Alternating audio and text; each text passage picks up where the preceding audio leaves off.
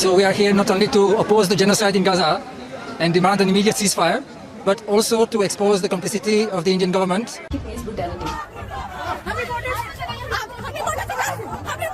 जिस तरीके से वो हमारे साथियों को, महिलाओं को और पुरुषों को वहाँ पे घसीट रहे थे, वहाँ पे पुलिस ऑफिसर्स हम लोगों को, हम महिलाओं को वो हाथ नहीं लगा सकते, लेकिन वो हमें हमारे बाल खींच के घसीट रहे थे।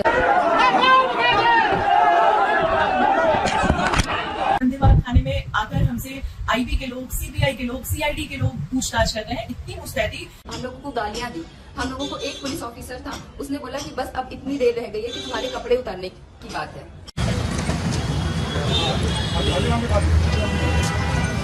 वहाँ पे पुलिस आ जाती है और पुलिस बहुत ब्रूटली हम लोगों को डिटेन करती है।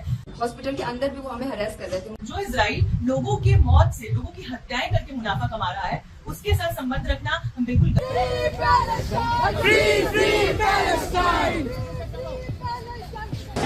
So we are here not only to oppose the genocide in Gaza and demand an immediate ceasefire, but also to expose the complicity of the Indian government and to affirm the right to protest. This is a public space. We are not causing any inconvenience to the public. It's a peaceful demonstration, and in these circumstances it's everyone's duty to come out and protest against what is going on in Gaza.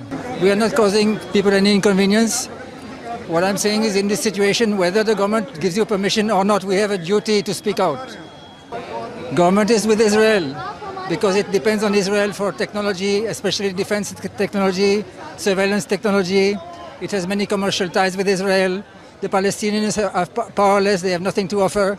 So naturally the Indian government is taking the side of Israel. But we are with the Palestinian people, and the sentiment of the Indian public, I think, is also with the Palestinian people.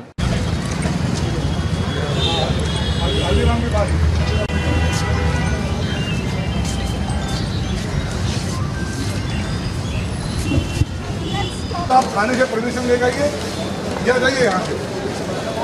भाई थाने staff देख, यहाँ कुछ प्रदर्शन हो रहे हैं, देखो थाने से आदमी भेजो, जल्दी भेजो।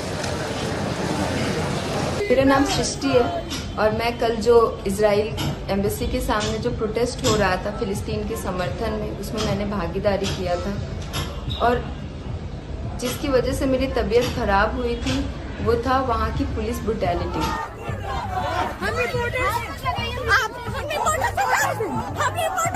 जिस तरीके से वो हमारे साथियों को, महिलाओं को और पुरुषों को वहाँ पे घसीट रहे थे, वहाँ पे पुलिस ऑफिसर्स हम लोगों को, हम महिलाओं को वो हाथ नहीं लगा सकते, लेकिन वो हमें हमारे बाल खींच के घसीट रहे थे और हमें वो हर तरीके से हमें परेशान कर रहे थे। हमें वैन में धक्का दे दे के, और हम लोग पीसफुली प्रोटेस्ट करने आए थे वहाँ पर।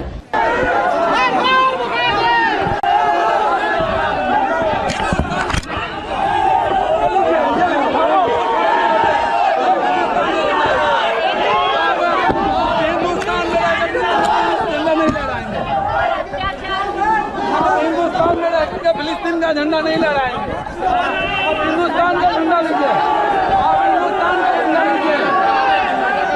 ये जानते हुए भी कि वो देख नहीं सकते हैं, वो वहाँ चल नहीं सकते, उन्हें नहीं पता था कि किस तरह से पुलिस लगातार हमें घेर कर और हमें डिटेन कर रही है। इसके बाद भी रऊफ के साथ भी दिल्ली पुलिस ने यही किया और हम में से कई लोगों के साथ ये किया गया। मेरा चश्मा तोड़ दिया गया।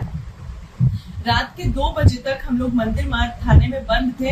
वहां पर मंदिर मार्ग थाने में आकर हमसे आईबी के लोग, सीबीआई के लोग, सीआईडी के लोग पूछताछ कर रहे हैं। इतनी मुस्तैदी जो पूरा दिल्ली पुलिस और इनका इंटेलिजेंस का महकमा जो कल हमारे साथ दिखा रहा था, हम कुछ चंद लोग जो आज इस जेनोसाइड को रोकने की मांग करते हुए आए थे, उनके साथ पुलिस जितनी चुस्ती और मुस्तैदी के साथ काम कर रही थी, अगर यही मुस्तैदी पुलिस ने पहलगाम और पुलवामा के वक्त दिखा दी होती तो शायद ये घटनाएं हमारे देश में नहीं हो रही होती।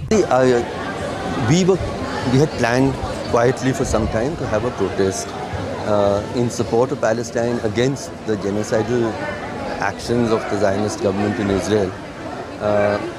I think it's a matter of it's a matter of shame that although we could important. Although there were much greater repression in European and North American countries, citizens really pushed back in very large numbers. You saw protests in universities across Europe and North America. India, it's not just the complicit role of the Indian state in supporting Israel and in reversal of India's very long and proud tradition of supporting Palestine. It is also the silence of ordinary Indians, and that is why it was important to make the protest in a place centered around where ordinary Indians live. What was remarkable is that our protest was responded to spontaneously by a large crowd of people, calling Jai Shri Ram and Vande Mataram and so on. Protest था वो बहुत peaceful था, लेकिन फिर भी इन लोगों ने हमारे साथ ब्रुटैलिटी की, हमें घसीटा, जितने हमारे साथी थे उनको मारा, उनको चाटों से मारा, उनको डंडों से मारा। जितनी महिलाएं थी हम लोगों को गालियां दी। हम लोगों को एक पुलिस ऑफिसर था, उसने बोला कि बस अब इतनी देर रह गई है कि तुम्हारे कपड़े उतारने की बात है। वो हमारे कपड़े उतारने की बात कर रहे थे। 4-4:30 के आसपास वहाँ पे पुलिस आ जाती है और पुलिस बहुत ब्रूटली हम लोगों को डिटेन करती है और डिटेन करके हमें लगातार मतलब बहुत सारे हमारे साथियों को बुरी तरह से मारा जाता है। एक एक व्यक्ति को टारगेट करके पुलिस उनको डंडे से मार रही है। कई लोगों को चोटें आई हैं। हमारी एक साथी सृष्टि, आपने देखा भी होगा कि कल उनको सांस लेने में प्रॉब्लम है, इसके बावजूद भी पुलिस ने उन्हें बुरी तरह से मारा, उनके कपड़े खींचे। ये सारी चीजें देखकर मुझे कल की वजह से बहुत ज्यादा सांस लेने में बहुत दिक्कत हो रही थी और फिर भी उन्होंने मुझे वैन में घुसाया। मैंने बोला 15 मिनट बाद ही मैंने बोला कि आप रोक दीजिए या फिर आप मुझे हॉस्पिटल में लेके जाइए। हमारे साथियों ने बोला, लेकिन वो नहीं माने। And Palestine Murdabad, that was a much larger crowd, and the police was completely deferential in allowing them, and there was a possibility they were pushing us, and they were and so on. So it reveals a divide. I do believe that the silent Indian is still in much larger numbers in support of what Palestine.